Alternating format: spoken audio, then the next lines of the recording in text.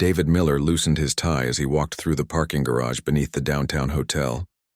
The business dinner had run 3 hours longer than planned, and all he wanted was to get home to his quiet penthouse and maybe catch the late news.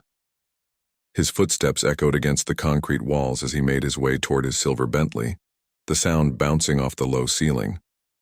The parking garage was nearly empty at this hour. Just a few scattered cars belonging to hotel guests and late-night diners like himself. David pulled out his phone to check the time, almost midnight. His driver had offered to stay, but David preferred driving himself when he could. It helped him think, helped him process the day's meetings and decisions. As he approached his car, something looked different. David slowed his pace, squinting in the dim fluorescent light. The driver's side door was slightly open, just a crack, but enough to make his stomach tighten. His first thought was robbery.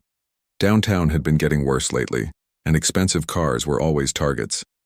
He reached into his jacket for his phone, ready to call security, but then he heard something that made him freeze. It was soft, barely audible, the sound of quiet breathing. Not the harsh breathing of someone rifling through his belongings, but something gentle, peaceful even. David moved closer, his leather shoes silent on the smooth concrete. The breathing was definitely coming from inside his car. His mind raced through possibilities. A homeless person seeking shelter? A thief who had fallen asleep on the job? Either way, he needed to be careful. He pulled out his phone's flashlight and aimed it through the gap in the door. What he saw made him forget all about calling security. Curled up on his cream leather back seat was a child. A little girl with tangled brown hair that looked like it hadn't been washed in days. She was wearing an oversized gray sweatshirt that had seen better times and jeans with holes in both knees. Her small arms were wrapped around a stuffed animal, a teddy bear that was missing one eye and had patches of fur rubbed bare. David stood there for a long moment, not sure what to do. The child looked so small against the spacious back seat of his luxury car. She had pulled her knees up to her chest, trying to make herself as tiny as possible. Even in sleep, she looked like she was trying to disappear. He had expected to find broken glass, missing electronics, maybe his expensive watch missing from the glove compartment where he sometimes left it. Instead, he found this tiny person who had somehow gotten into his locked car just to have a safe place to sleep. David looked around the empty parking garage. There was no sign of how she had gotten in. The security guard usually made rounds every hour, but it was late, and the man was probably dozing at his desk upstairs. The hotel staff had gone home hours ago, leaving just the night clerk at the front desk. The smart thing would be to call the police. Let them handle it. A homeless child was their responsibility, not his. He had important meetings in the morning, contracts to review, a conference call with investors in Tokyo. His life was carefully planned, every minute accounted for, but as he looked at the sleeping child, David felt something he hadn't experienced in years. It was the same feeling he used to get when he found injured birds in his backyard as a boy, a mix of concern and protectiveness that made him forget about everything else. The little girl shifted in her sleep, making a soft sound. David noticed she was shivering slightly, even though the car's interior was warm from sitting in the heated garage all evening. Her sweatshirt was thin, and her jeans offered little protection against the cool night air that drifted through the parking structure. David made a decision. Instead of calling the authorities, he gently tapped on the window. The child didn't wake up. He tapped again, a little louder this time. The girl's eyes flew open, and for a moment David saw pure terror in them. She scrambled backward against the far door, clutching her teddy bear like a shield. Her wide eyes darted around the car, looking for an escape route. "Hey, it's okay," David said softly, the way he might speak to that injured bird from his childhood. "I'm not going to hurt you." The child pressed herself against the door handle, ready to bolt. David could see her small fingers fumbling with the door lock. "Wait," he said, holding up both hands to show he wasn't carrying anything threatening. "This is my car, but you're not in trouble. I just want to make sure you're safe." The girl stopped moving but didn't relax. Her eyes stayed fixed on David's face, studying him like she was trying to decide if he could be trusted. She couldn't have been more than 8 or 9 years old, but there was something in her expression that seemed much older, like she had seen too much of the world already. "What's your name?" David asked gently. The child didn't answer right away. She looked around the car again, taking in the leather seats, the polished wood dashboard, the expensive electronics. David realized she was probably wondering if she had made a mistake by sleeping here. If the owner of such a fancy car would be angry with her. "It's Lucy," she finally whispered, her voice barely audible. "Hi, Lucy, I'm David. This is my car, but you don't need to leave right away. Are you cold?" Lucy nodded, still holding her teddy bear tight against her chest. David noticed that his car's interior light had turned on when the door opened, and he could see more details now. The child's face was smudged with dirt, and there were dark circles under her eyes that suggested she hadn't been sleeping well for a while. Her clothes were clean but worn, like someone had tried to take care of them but didn't have access to much. "Are you hungry?" David asked. Another small nod. David felt his heart clench. He thought about his own childhood, growing up in a comfortable suburban house with parents who made sure he never went to bed hungry or scared. The contrast between his experience and what this child was clearly living through made him feel almost guilty about his good fortune. "Listen, Lucy," he said, speaking slowly and clearly so she would understand. "I know a place nearby that's still open. They have really good food. Would you like to come with me and get something to eat?" Lucy's grip on her teddy bear loosened slightly, but she still looked uncertain. "I promise I'm not trying to trick you," David continued. "I just think you might feel better with some food in your stomach and maybe something warm to drink." For the first time since waking up, Lucy looked directly at David instead of searching for escape routes. She studied his face for what felt like a full minute, and David found himself hoping he looked trustworthy to her young eyes. Finally, Lucy gave a barely perceptible nod. David helped Lucy out of the car, moving slowly so he wouldn't startle her.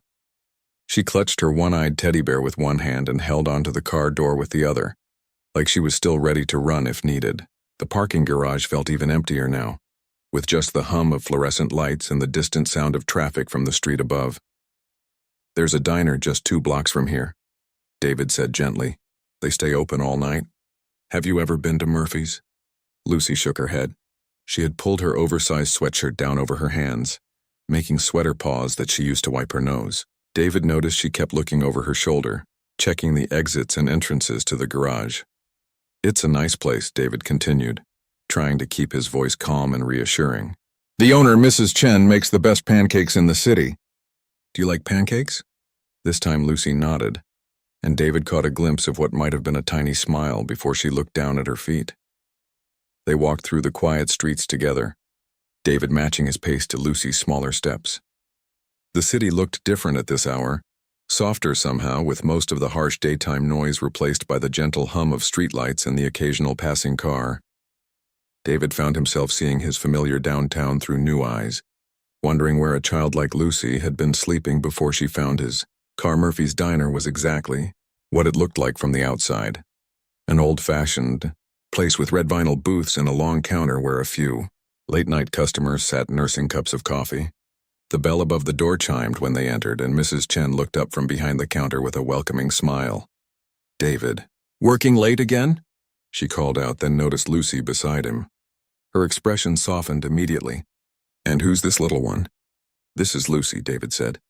"We'd like a booth, please. Somewhere quiet." Mrs. Chen led them to a corner booth near the window, away from the other customers. She handed David a menu and gave Lucy a smaller children's menu with pictures and crayons. "Take your time, sweetie," she said to Lucy. "I'll bring you some hot chocolate while you decide what you'd like to eat." Lucy slid into the booth across from David, still holding her teddy bear. Under the warm diner lights, David could see more details about her appearance. Her brown hair was tangled but looked like it had been brushed recently. Her clothes were worn but not dirty, suggesting she was trying to take care of herself as best she could. "So, Lucy," David said carefully, "do you live nearby?" Lucy's shoulders tensed slightly. She picked up a crayon and started coloring one of the pictures on the children's menu without looking at David. "I don't want to get anyone in trouble," David added quickly. "I'm just wondering if there's someone who might be worried about you." Lucy stopped coloring and looked up at David with those 2 old eyes. "There's no one," she said quietly. "Not anymore." The simple words hit David harder than he expected.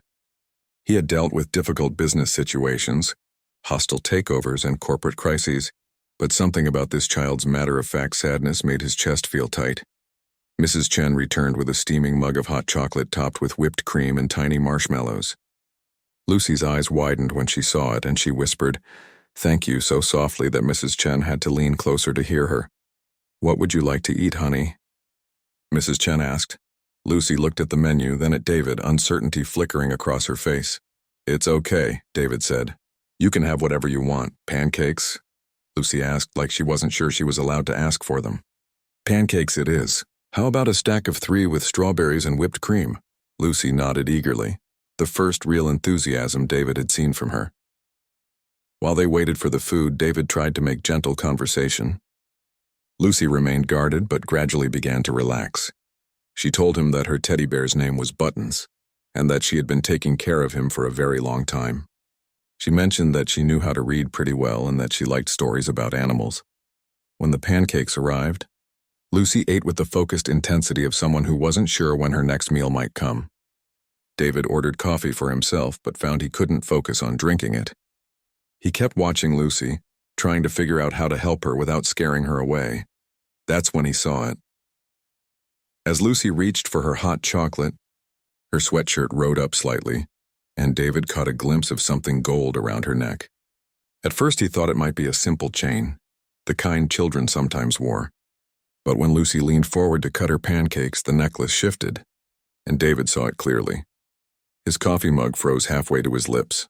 It was a delicate gold locket, heart-shaped with tiny roses engraved around the edges. The craftsmanship was distinctive, intricate. David would recognize it anywhere because he had designed it himself 22 years ago. The room seemed to spin slightly. David set his coffee cup down with shaking hands, his mind racing back through the years.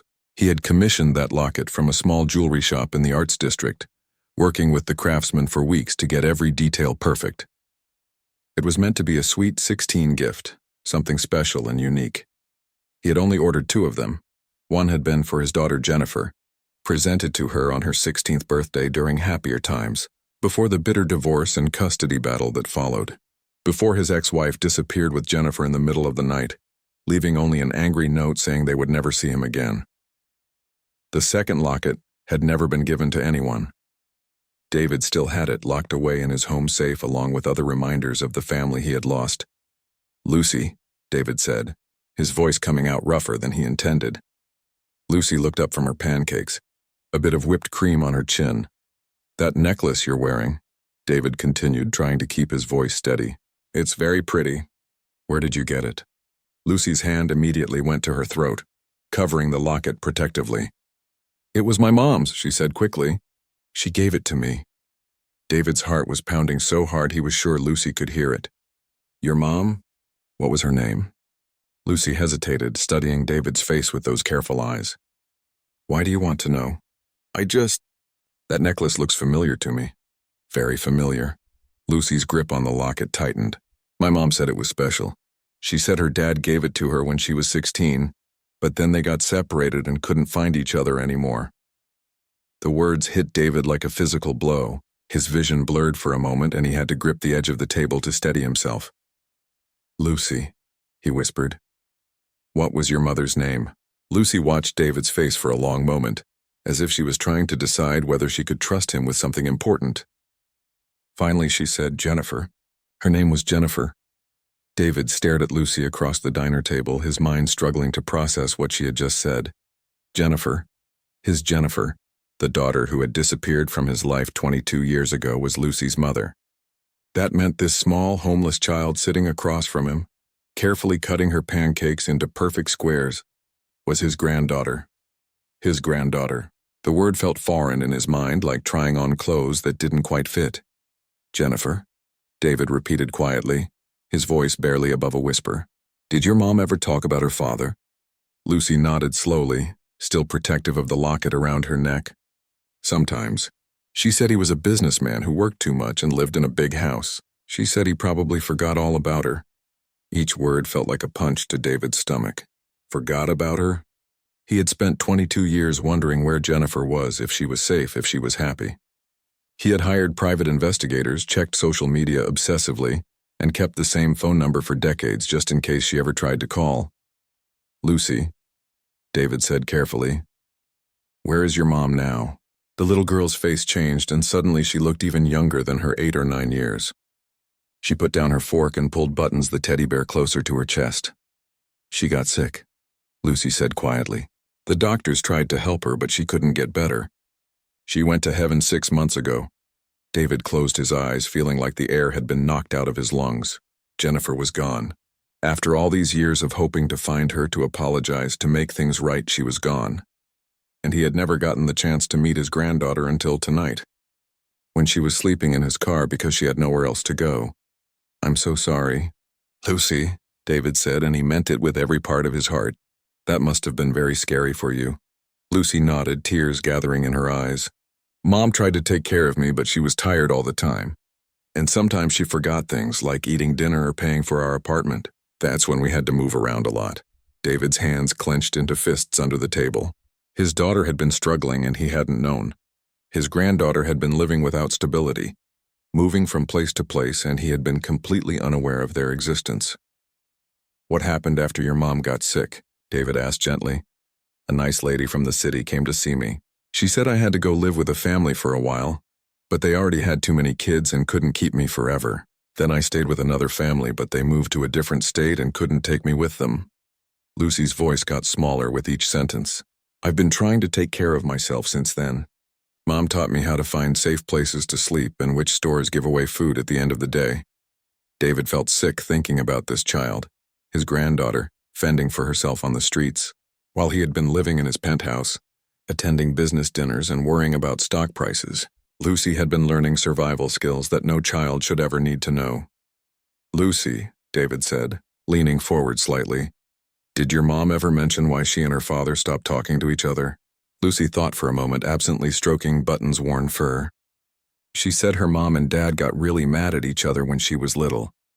Her mom took her away to live somewhere else, and they kept moving around so her dad couldn't find them. Mom said she wanted to call him sometimes, especially when I was born, but she was scared he wouldn't want to see her anymore." David felt tears building in his own eyes. All those years Jennifer had wanted to contact him, but had been afraid he would reject her. Meanwhile, he had been desperate to find her, to tell her he was sorry for all the fighting, for letting his marriage fall apart so badly that his ex-wife felt she had to run away with their daughter.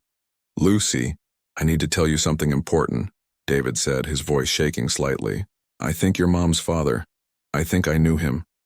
Lucy looked at David with curiosity, tilting her head to one side. "Really?" David reached into his wallet and pulled out a photo he always carried, one of the few pictures he had of Jennifer before she disappeared. It was from her 15th birthday party, just a year before everything fell apart. In the photo, Jennifer was wearing a blue dress and laughing at something off camera. Her hair was the same shade of brown as Lucy's, and she had the same bright, intelligent eyes. David slid the photo across the table. "Does this person look familiar to you?" Lucy picked up the photo and studied it carefully. Her eyes widened and she looked back and forth between the picture and David's face several times. "That's my mom," she whispered, "but she looks so young and so happy." "Yes, she does," David said, his voice thick with emotion. "Lucy, I think your mom's father is me. I think I'm your grandfather." Lucy stared at him for a long moment, the photo still in her small hands. David could see her mind working, trying to process this information. "But why didn't you come find us?" Lucy asked, and there was no accusation in her voice, just genuine confusion. "Mom said her dad was really smart and could find anything he wanted to find." David felt his heart break all over again. "I tried, Lucy. I looked for your mom for many, many years, but her mother took her far away and changed their names so I couldn't find them. I never stopped wanting to see Jennifer again. And I never knew about you at all, or I would have been looking for you too." Lucy continued staring at David as if she was trying to see something in his face that would prove he was telling the truth. "Mom kept this picture," Lucy said suddenly, reaching into the pocket of her jeans. She pulled out a worn, folded photograph and handed it to David. David's hands shook as he unfolded it. It was a picture of himself, much younger, holding baby Jennifer at the hospital the day she was born. He remembered that day clearly, how tiny Jennifer had been, how he had promised to always protect her and keep her safe. It was a promise he had failed to keep, but here was proof that Jennifer had kept a piece of their connection with her all these years. "She told me this was her daddy," Lucy said quietly. "She said he used to read her stories and make pancakes on Sunday mornings and that he gave her the special necklace for her birthday." David couldn't speak anymore. He just nodded, tears now flowing freely down his face. This small, brave child was his family. The last connection he had to the daughter he had lost and a second chance to do better, to be the protector and provider he had failed to be before. Lucy slid out of her side of the booth and walked around to David's side. Without saying anything, she climbed up next to him and leaned against his arm. "Are you really my grandpa?" she whispered. David put his arm around her tiny shoulders, feeling how small and fragile she was. "Yes, Lucy, I really am. And if you'll let me, I'd like to take care of you the way I should have taken care of your mom."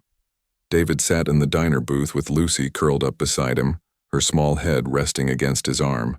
For the first time in 22 years, he felt like he had real family again. But as the initial shock of discovery began to fade, practical questions started flooding his mind. Where was Lucy going to sleep tonight? What about school? Did she have any belongings besides Buttons the teddy bear? "Lucy," David said gently, "where have you been staying before tonight?" Lucy shifted slightly but didn't pull away from him. "Different places," she said quietly. "Sometimes there's a shelter that lets kids stay, but they're usually full. Sometimes I find good hiding spots like your car." David's protective instincts kicked into overdrive. The idea of his granddaughter sleeping in doorways and hiding from adults made him want to scoop her up right now and take her straight to his penthouse, where she would be safe and warm and fed. "Lucy, I have a big apartment with an extra bedroom. Would you like to come home with me tonight?" Lucy went very still. David felt her tense up against his side, and she sat up to look at him with those careful, too old eyes. "You mean forever?" she asked, and David could hear both hope and fear in her voice. "Yes, forever. You're my granddaughter. Your family." Lucy was quiet for a long time, picking at the edge of Button's worn ear. "Other people said that too," she finally said. "They said I could stay with them and be part of their family. But then things changed and I had to leave anyway." David felt a sharp pain in his chest. Of course Lucy would be wary. She had been let down by adults before, had her hopes raised and then crushed when circumstances changed. Why should she trust him just because he claimed to be her grandfather? "I understand why you would be scared," David said carefully. "You don't really know me yet. Maybe we could start smaller?" Lucy looked at him curiously. "How about this?" David continued. "Tonight I'll get you a hotel room. A nice one with room service and cable TV. You can have your own space and I'll stay in the room next door. Tomorrow we can spend the day together. Get to know each other better. We don't have to make any big decisions right away." Lucy considered this for several minutes, absently stroking Button's fur. "What if you change your mind about wanting me around?" The question broke David's heart. "Lucy, I won't change my mind. But I understand that you need to see that for yourself before you can believe it." Mrs. Chen approached their table with a gentle smile. "How are we doing over here? Can I get you anything else?" David looked down at Lucy's empty plate. She had eaten every bite of her pancakes and drank all her hot chocolate. "Actually, could we get some cookies to go? And maybe a sandwich for later?" "Of course," Mrs. Chen said. "I'll pack up some of my homemade chocolate chip cookies and a turkey sandwich." After Mrs. Chen left, Lucy looked up at David. "You really think we might be family?" "I know we are," David said firmly. "That necklace, the photos, the timing, it all fits. Your mom was my daughter Jennifer, which makes you my granddaughter." "What was she like when she was little?" Lucy asked. David smiled, remembering. "She was a lot like you, actually.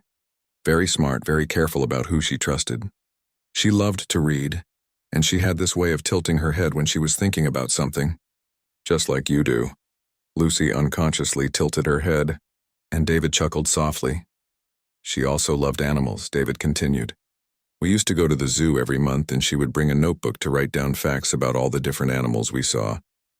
"I like animals too," Lucy said shyly. "I always wanted a pet, but we moved around too much." "What kind of pet would you want?" "A dog, maybe. A little one that could sit in my lap and wouldn't need too much space." David made a mental note about dogs. Jennifer loved dogs too. "We had a golden retriever named Buddy when she was your age." They spent the next hour talking, with David sharing gentle memories of Jennifer's childhood, and Lucy gradually opening up about her life with her mother.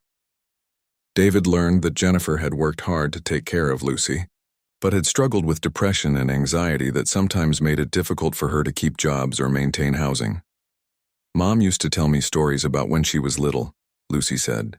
She said her dad used to make up bedtime stories about a princess who went on adventures with her animal friends. David's eyes filled with tears. He had forgotten about those stories until Lucy mentioned them. "Princess Adventure and the Talking Forest Animals," he said quietly. Lucy's eyes widened. "You remember. I made up those stories just for your mom. She was the princess, and Buddy the dog was always her faithful companion in the adventures." "Mom told me some of those same stories," Lucy said with wonder in her voice. She said she was passing them down to me from her dad. As the evening wore on, David could see Lucy starting to believe him. She began asking more questions about Jennifer's childhood, and David shared every happy memory he could think of. He told her about Jennifer's love of puzzles, her talent for drawing, and her habit of leaving little notes in his briefcase when he went on business trips. When they finally left the diner, David drove Lucy to the nicest hotel in the city. He got 2 adjoining rooms with a door between them, so Lucy could have privacy but wouldn't feel alone.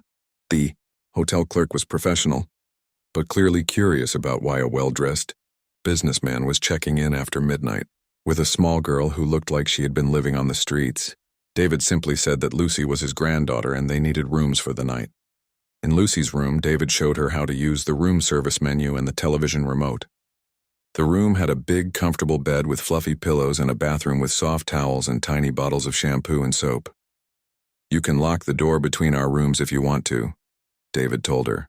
"But if you get scared or need anything at all, just knock or call my room. I'll be right there." Lucy nodded, clutching buttons tightly.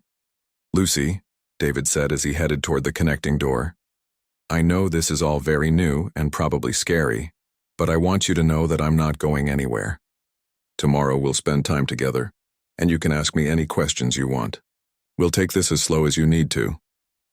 Lucy looked small in the big hotel room, but she seemed less frightened than she had been in the parking garage. "Thank you," she said quietly. "Thank you for trusting me enough to try this," David replied. That night, David barely slept. He kept listening for sounds from Lucy's room, worried that she might try to run away during the night. But when morning came, he heard the television turn on next door, and he knew she was still there. They ordered room service for breakfast, and Lucy's face lit up when she saw the pancakes were almost as good as Mrs. Chen's. As they ate, David realized that this was just the beginning of building the trust that would allow them to become a real family. 3 months later, David stood in the doorway of what used to be his home office, watching Lucy arrange her art supplies on the desk by the window. The room had been transformed from a cold, business-focused space into something warm and alive. Colorful drawings covered the walls, books filled the shelves where legal documents used to sit, and a comfortable reading chair had replaced his formal desk chair. Lucy had moved in permanently 6 weeks ago, but it had taken time to get there. Those first few days at the hotel had stretched into a week, then 2 weeks, as Lucy slowly began to trust that David wasn't going anywhere. Even after she agreed to stay at his penthouse, she had kept a small bag packed by her bed for the first month, just in case she needed to leave quickly. "Grandpa Dave," Lucy called out, using the name she had started calling him just 2 weeks earlier. The first time she said it, David had to excuse himself to the bathroom to cry happy tears. "Can you help me reach the good markers?" David smiled and walked over to help her get the art supplies from the high shelf.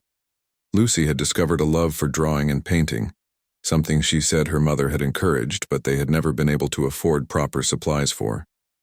Now Lucy had every color of marker, crayon, and paint she could want. "What are you working on today?"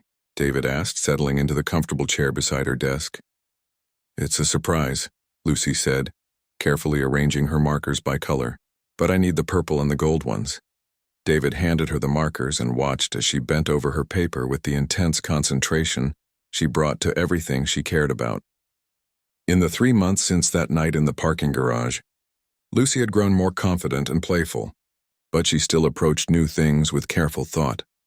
The legal process of becoming Lucy's official guardian had been complicated, but worth every hour of paperwork and court appearances. David had hired the best family lawyer in the city, and they had worked together to make sure Lucy would never have to worry about being taken away or moved to another home again. "Grandpa Dave," Lucy said without looking up from her drawing. "Tell me again about the school." David smiled. They had this conversation every few days as the start of the school year approached. Lucy was both excited and nervous about attending Riverside Elementary, a private school known for its small classes and caring teachers. "Well," David said, settling back in his chair, "Mrs. Peterson is going to be your teacher. I met her last week, remember? She has curly gray hair and she showed us the reading corner with all the beanbag chairs. And she said I could bring buttons on the first day if I wanted to," Lucy added, glancing at her teddy bear who now sat on a shelf overlooking her art desk. "That's right. And the art teacher, Mr. Kim, said they have a pottery wheel and that you can make bowls and mugs if you want to try." Lucy nodded, adding careful purple strokes to whatever she was creating. "And I can come home to you every day after school." "Every single day," David confirmed. "I'll pick you up myself when I can. And on days when I have important meetings, Mrs. Rodriguez will pick you up." Mrs. Rodriguez was the housekeeper David had hired, partly to help with Lucy and partly because he realized he had no idea how to take care of a child's daily needs. Mrs. Rodriguez had raised 4 children of her own and had quickly become someone Lucy trusted. The changes in David's life had been just as dramatic as the changes in Lucy's. He had stepped back from many of his business commitments, turning daily operations over to his partners so he could focus on being present for his granddaughter. The work that had once consumed 16 hours of his day now fit into a more manageable schedule that left time for school pickups, homework help, and weekend adventures. "Grandpa Dave," Lucy said, "do you think my mom would like that I found you?" It was a question Lucy asked in different ways every few weeks, and David always answered it honestly. "I think she would be very happy, Lucy. Your mom loved you so much and she wanted you to be safe and cared for. I think she would be proud of how brave you've been and how hard you've worked to build this new life with me." Lucy nodded thoughtfully. "Sometimes I dream about her. She looks happy in my dreams. I dream about her sometimes too," David admitted. "In my dreams, she's young again, like in that photo you showed me, and she's proud of both of us for finding each other." Last month, David had done something he had been thinking about since the night he met Lucy. He had established the Jennifer Miller Foundation, a nonprofit organization dedicated to helping homeless children and families. The foundation provided emergency housing, educational support, and counseling services. David had hired a full-time staff and was working with social services throughout the city to make sure no child had to sleep on the streets the way Lucy had. Lucy had been with him when he toured the foundation's first family shelter, and she had quietly suggested that they make sure each room had comfortable beds and good reading lights. "Kids need safe places to read," she had told the architect, speaking with the authority of someone who knew what she was talking about. "Okay," Lucy announced, putting down her markers. "I'm ready to show you." She held up her drawing and David's breath caught in his throat. It was a picture of 3 people, a tall man in a business suit, a little girl with brown hair, and a woman with kind eyes standing slightly apart from the other 2, but with golden lines connecting all 3 of them together. "That's us," Lucy explained. "You, me, and Mom. I made the golden lines because I think that's how love looks when you can't see the person anymore. It's still there, connecting everyone together." David felt tears gathering in his eyes. "Lucy, this is beautiful. It's the most beautiful thing I've ever seen. I want to hang it in the living room," Lucy said, "so everyone can see our family. I think that's a perfect idea." That evening, they hung Lucy's drawing in the place of honor above the fireplace in the living room. It was the first thing visitors would see when they entered the penthouse, and David couldn't think of anything that represented his priorities better.